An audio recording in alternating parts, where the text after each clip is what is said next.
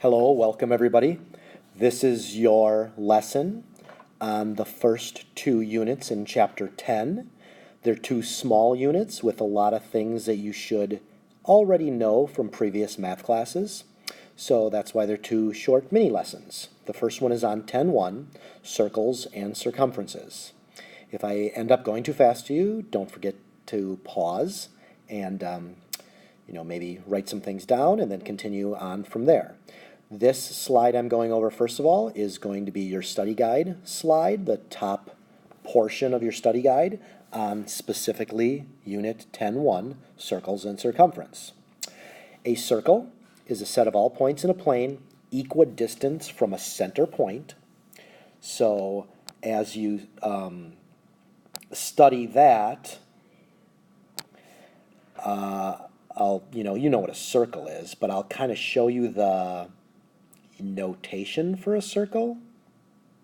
It's kind of hard to do this on a small screen like that. Let me kind of go over here. A circle notation is like a circle with a little dot in the middle, and then if I put like a C here, that would be called circle C. Just like segment AB would look like this, circle C would then look like the aforementioned thing that I have right here. All right, and it's all the points equal distance from a center point. So as we continue down, they will then talk about the radius. The radius is a line segment with its endpoints on the center of the circle.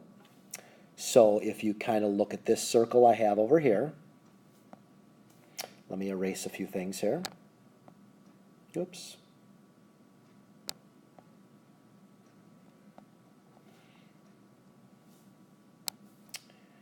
So as I come over here, a line segment with its endpoints, the center of the circle.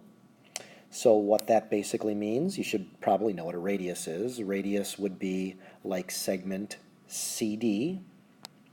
So if I drew in CD there, from center point to D, that would be a radius. Or from C, I could go to E, this actual red line, that's a radius. A chord is probably a word that's kind of new to you. What is a chord? A chord is a line segment, so it's got to be a line, it's got to be a segment, and the endpoints must lie on a circle. So right here, this green line, GH, that's a chord.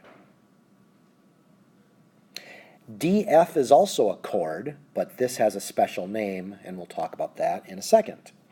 That name is diameter. A diameter is a line segment that passes through the center of the circle with its endpoints on the circle. So basically it's a chord, but it's got to go through the center. And circumference is the distance around a circle. Now circumference is basically the generator and most of what we will do in this section. Circumference of a circle is calculated by two formulas, 2 pi r, or you could do pi times d. R is a radius, d is a diameter. This is the conversion formula to go from radius to diameter. And if you remember correctly, I'll kind of use my laser pointer here to illustrate this. A radius is here, so just this half of the middle of the circle here. But a diameter is the whole one. So when you look at this formula right here, the diameter is 2 times the radius. So if you double, this segment here, that'll give you the entire blue line, the diameter. And pi is this magic number that's always involved in circles. There's a lot of history behind it for thousands of years as to what it really means, but the summary of it is it's a magic number that you'll always get when you take any regular circle here and you take the circumference and divide it by the diameter. You always get 3.14159, etc., etc., etc. Now, area we're not really going to cover here of a circle too in depth, but basically it's this magic number pi again times r squared. So let me write it over here a little clearer. Area equals pi r squared. All you have to do is find the radius. If it's 6 units, 6 meters or whatever, you put a 6 there, you square it, and you multiply that number by pi, and that gives you the area. Now remember, I'm going to kind of illustrate this with black here. The circumference is the distance around a circle. how many units you'd walk if you walked around like a well or something circular, whereas area is how much you can fit inside of a circle. So circumference is a little bit like perimeter.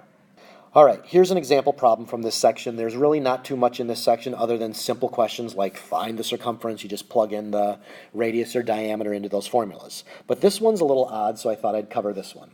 So this one says the diameter of circle D is 22. Now, I didn't draw in a diameter here. If I would, it would look like this. That's an entire diameter. But I don't want to draw that. Kind of covers up my circle here, but what I will want to do is that since the diameter is 22, if I cut that number in half, I get 11. That'll give me the radius. So since it says circle D, that means D is the center. From here, whoops, let me kind of fix that up. From here to the edge of the circle, which is B, that's going to be 11 units. So let's just kind of focus in on this statement here. The distance from B to C is 5. So I'm going to put a little 5 right there.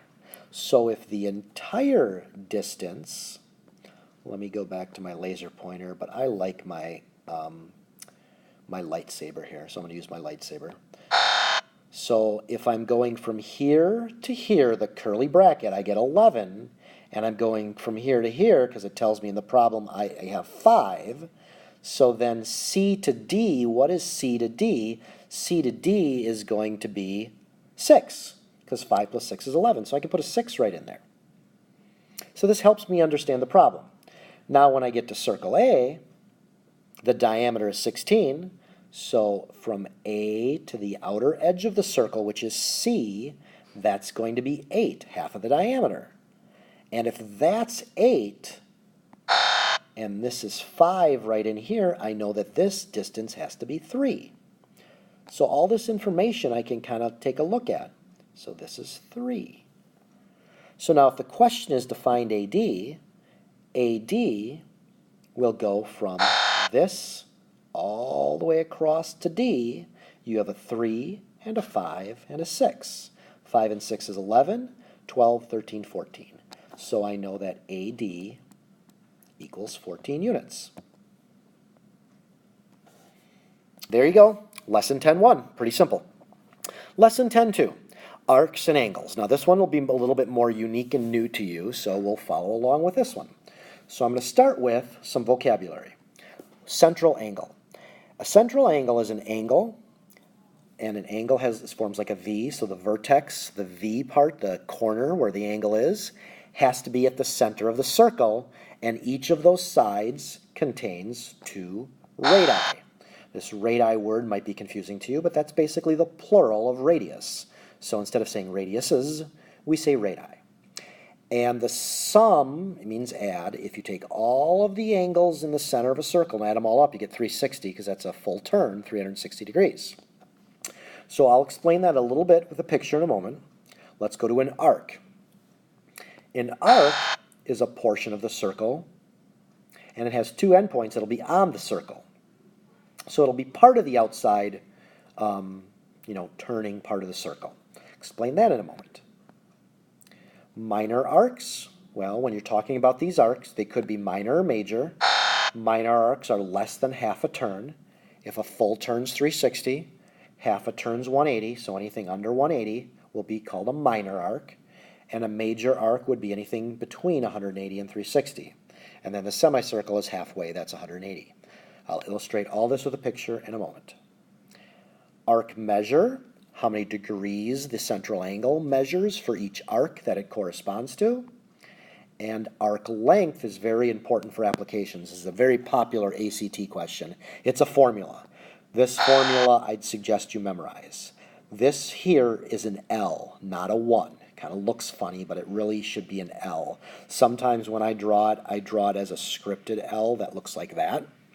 But in this case, I tried to use the typing, and it looks like a 1 almost, but it's not. Why do they use L for arc length and not A? I think it's because, A stands for area a lot of times, so they use an L here, not really sure. I guess L for length.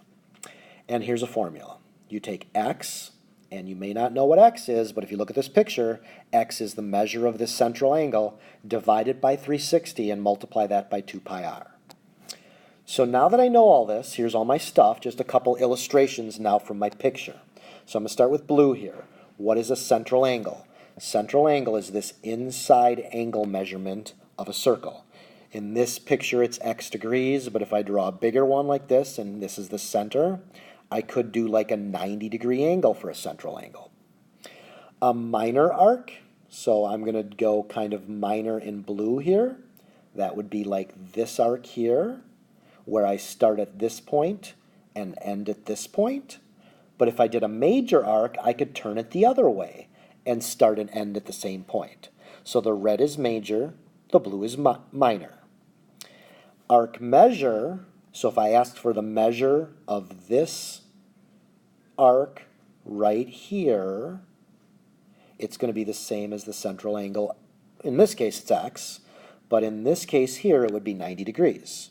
So the central angle and the arc measure, measure means measure degrees, will mean the same thing. An arc length would be, if this is kind of some sort of circular object and I walked all the way around it from this point to this point, how many feet, meters, inches, units would I walk? So now let's do some examples. This is example 2. And once again, feel free to pause it if you want to get this picture done. Now, I first of all need to understand some vocabulary here. The first part says find each measure in circle M. So notice how the M is there, and that is the center of my circle. But what the heck does this say? What is it asking me? It's the same thing as angles. Angles used to say, what's the measure of angle B? Or you might think of what's the measure of angle QRS. So for B, that would be angle B.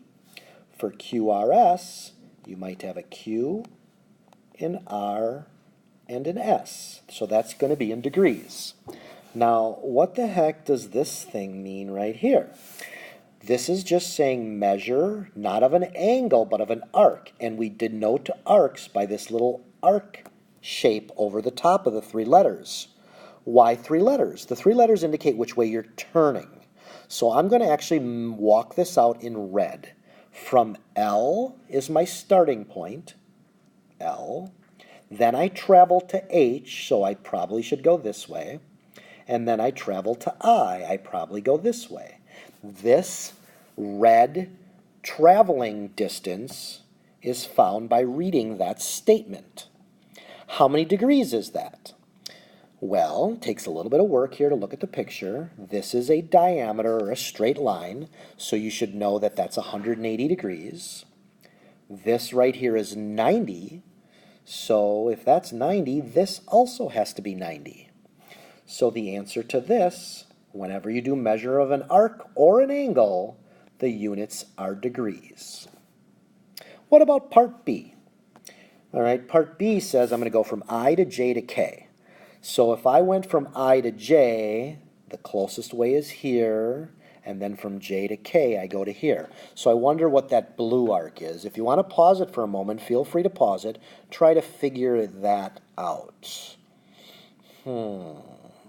If you want a hint, here's a hint.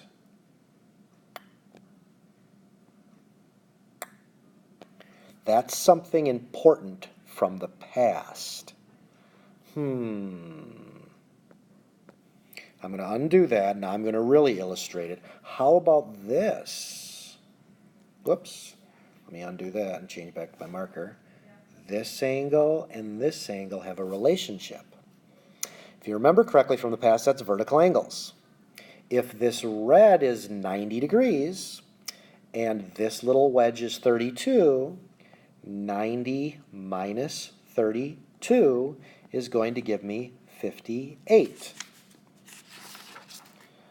So this is going to be 58 degrees.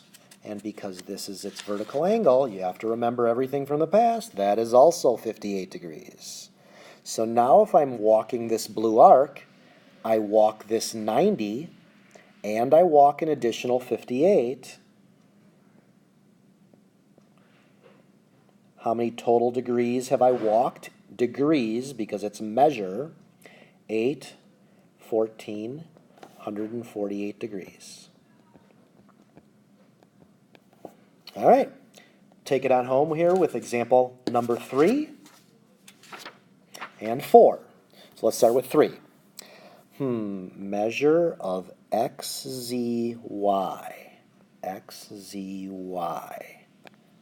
And then don't forget you have to identify each as a major, minor, or semicircle. Oh, that's easy. It's a semicircle. So semicircle is 180 degrees, and that's semicircle. Doot. Feel free to try the other two if you'd like and pause the video. WZX is a tricky one. Some people are going to be inclined to do this. W to Z, then back to X. You don't want to go that way. You never want to back up. So the question you might start with is, which way do I get to Z? Because X comes after it while I walk this way. That red is the order that indicates how I'm walking. I hope that makes sense. So you never want to back up in a circle unless it specifically tells you to. So if this is 90, this is also 90. The blue was already 180. So 90 and 180 is 270. That is larger than 180, so that is a major arc.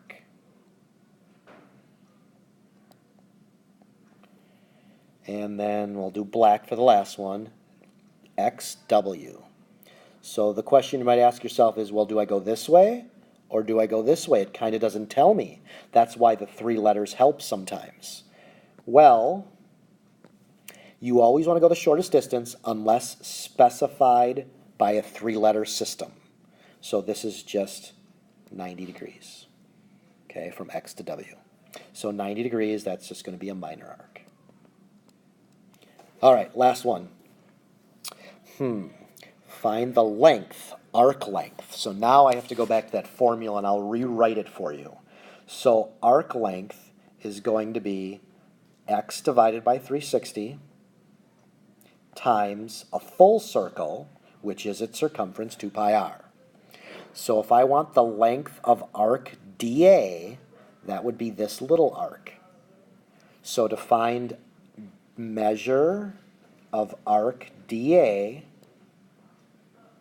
I'm going to take x divided by 360, and x is the measure of the central angle that corresponds to the arc, so in this case it's 40 degrees, times 2 times this magic number of pi times the radius, and in this case it's 4.5. Now, this 40 over 360, I want to mention it so you can have an easier job memorizing it. That's a percent or a portion of the circle you go. For example, let's just consider it if it was half a turn. That would be 180 divided by 360. That should make sense because if you substitute 180 in there, it would be the number 180 over 360, which would be half. So half of a full circle. In my problem, I'm going 43/60ths of a full circle. So if you did put this in your calculator or reduce it and divide top and bottom by 40, it ends up to be 1/9. So 40 degrees is 1/9 of a turn times an entire turn. So it's a percentage of the circle. So all I have to do is multiply these, and you don't have to reduce the 40 over 360 if you have a calculator. You multiply this all out. 1/9 times 2 times 4.5, and my calculator is 1. Hey, guess what? This is pi, 1 pi. So that's 3.14 units. And you do have a pi button in your calculator. I'd encourage you to use that and not use 3.14. It's technically 3.14159. So now B I'm going to do in red. B's in red. What's the question say? dA again. dA. Well, let's see if I can figure this out. Arc length is going to be something over 360. Now, how many degrees is that? Hey, That's what I had over here. That's half a turn, right? Ooh, no, I didn't go far enough here. Let me erase this. I only went there. I wonder how many degrees that is. All right, so if I look at it, that would be half a turn, which would be 180. But if I take away the 28, I'm going to get 152. So I'm going to go 152 divided by 360. Sometimes it takes a little bit of work to figure out that angle. And then, of course, you go times 2 times pi times r. The radius here is 12.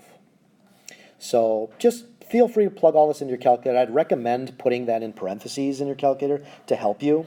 If you got a decimal, the decimal is 10.133333333, and then you have a pi. I don't really put in the pi until later. This is an acceptable exact answer. But if you typed in your pi button, not 3.14, but the pi button, you're going to get approximately 31.83. And I guess I should put units on all of these. This one is centimeters, and this one also is centimeters from the first one. So there you go. That's it for those two lessons. A little bit longer video today, but there was two things to cover. Thanks for listening. Goodbye.